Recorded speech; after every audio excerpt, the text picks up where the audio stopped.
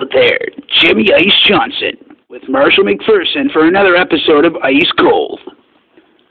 Marshall McPherson has agreed to do yet another interview with me here tonight, the second in a row on subsequent nights, and just after the game against the Outlaws, and Marshall just peeled off another win. How do you feel about it? Well, Jimmy, recently I've been likened to a goaltender in the NHL. Would you know who that would be? I don't know, Carey Price? Nail on the head there, Jimmy. Yeah, Carey Price. You know what? He had a pretty bad year last year. He only won 13 games, and the organization and fans in general started to doubt him. And, his stats weren't that great, but you take a look into account and take into account this year. What did he do? He tied for the league lead in wins. His stats are among the top in the league. So where were all the people that hated him last year? They're cheering for him now. Now, you know what? My stats might not be that good overall. But if you take a look right now, and you take a look into it and see how my stats have improved since the All-Star break, since Ray Lindsay took over, and you know where I'm going with this. My stats have improved dramatically, my training is up, and my stats are a lot better. So for the people mocking me because of my stats, I want you to take a look at two things. Since that mid-season slump, take a look at the stats that I've posted. And the other thing, while you're taking a look at my stats, shift your eyes over and take a look at that win column. What does that say? That says 21, 14, and 3. You know what that means? Out of a possible 80 points, I got 45. And 45 points is over 500, as you all know. Chris Fichetti posted 2 wins before he was traded. So overall, our record is 23, 14, and 3, which, as you know, is not too bad of a record now, is it? Now, with my wins, I place second in the league. With my goals against average and my save percentage, pretty much last in the league if you look at it. But like I said in the last interview, what matters to me is how many wins the team overall has and how many wins I have overall, backstopping them. And from there, we're getting into the playoffs on a great win streak. Everybody's clicking. Well, my game is improving, and we're going to carry that into the playoffs. And I read a report today that says that the Firebirds and the Blazers are expected to go all the way and meet in the finals for the Cup. And you want to know how I feel about that? Well, at the end of that finals, we'll know just who the better goaltender is. Will it be McPherson? Will it be Fisherman? You know what?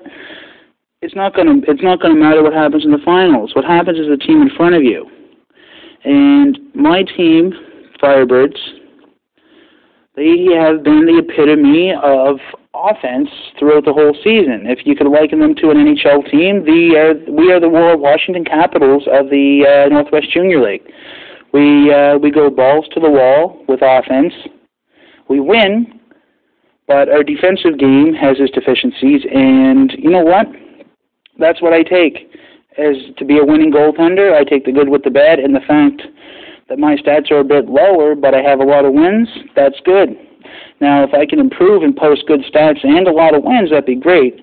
The thing is, our team does go pretty hard at the other team with a lot of shots. We don't have a whole lot of defensive defensemen, so I have to be counted on to make a lot of saves. And, of course, with it being my first year in the league and everything, they don't really expect me to make every save. They just hope that I can do the best job I can, and with that, hopefully bring them more wins, and in the end, bring the cup home to Prince George. But, Marshall, several reports have you placed at 4th or 5th in the goaltender rankings out of the known starters. Well, you see, there's the thing. It's rankings. Now, I'm not going to say that I should be number 1, 2, 3, 4, 5, or 6. I'm not going to comment on that because, of course, I'm biased. I'm one of the people being ranked. But like I said before, Vargo is probably the best goalie to be taken this year. No offense to Fisherman. Vargo's, he's carried not a very good team to a lot of wins.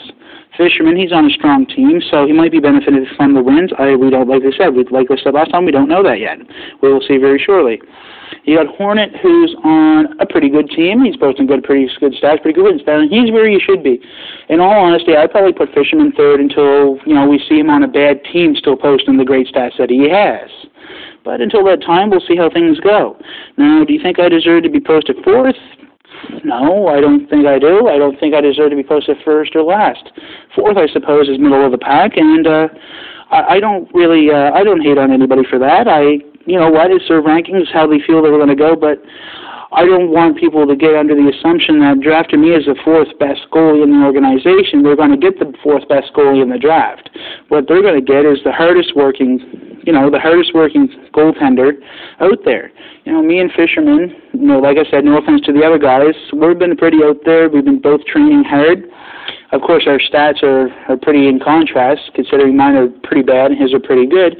But I don't think anybody out there has trained as hard as we have over the recent months. And you know what? I'm hoping some good will come from that. And I might be taken a bit higher than third or fourth or than the draft, even higher than fifth. But you know what? If I go last overall, like I said, draft position doesn't matter to me. It matters to me getting on an SHL team. That's all. That would be a dream come true, and that's what I'm hoping for at the draft, to be picked by some team not left over. Well, okay, Marshall. Like you said before, after the All-Star break, the Firebirds they've been on a pretty good year. Yeah, I haven't really kept track of the stats. All I know is that we keep winning, and really, that's on my mind right now is to win the next game, win the next game, win the next game, and when we go from there, and we keep winning, if we can keep the streak going right to the finals, that would be great. But I don't see that happen. We're going to lose a game down the road, maybe two, and we'll just take the good with the bad. And, Marshall, there's one thing there that you commented on earlier. Your stats have been better. Since the All-Star break, you've posted over a .90 save percentage, which is, if taken into account, would be one of the top in the league.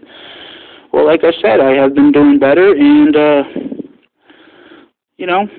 I've been trying to improve as much as possible, increase my positioning, get in front of pucks, block them.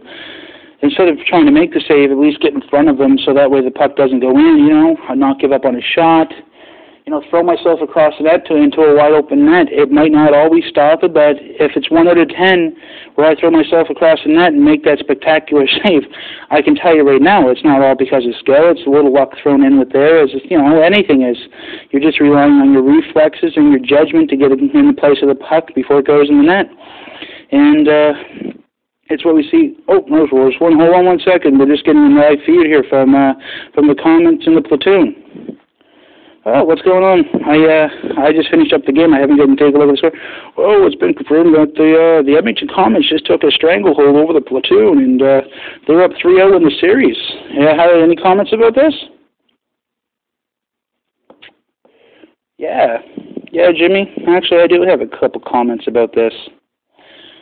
3-0 in the finals. The platoon, the first 2 games I watched, they played their heart out. But you know what? Edmonton, it's a powerhouse.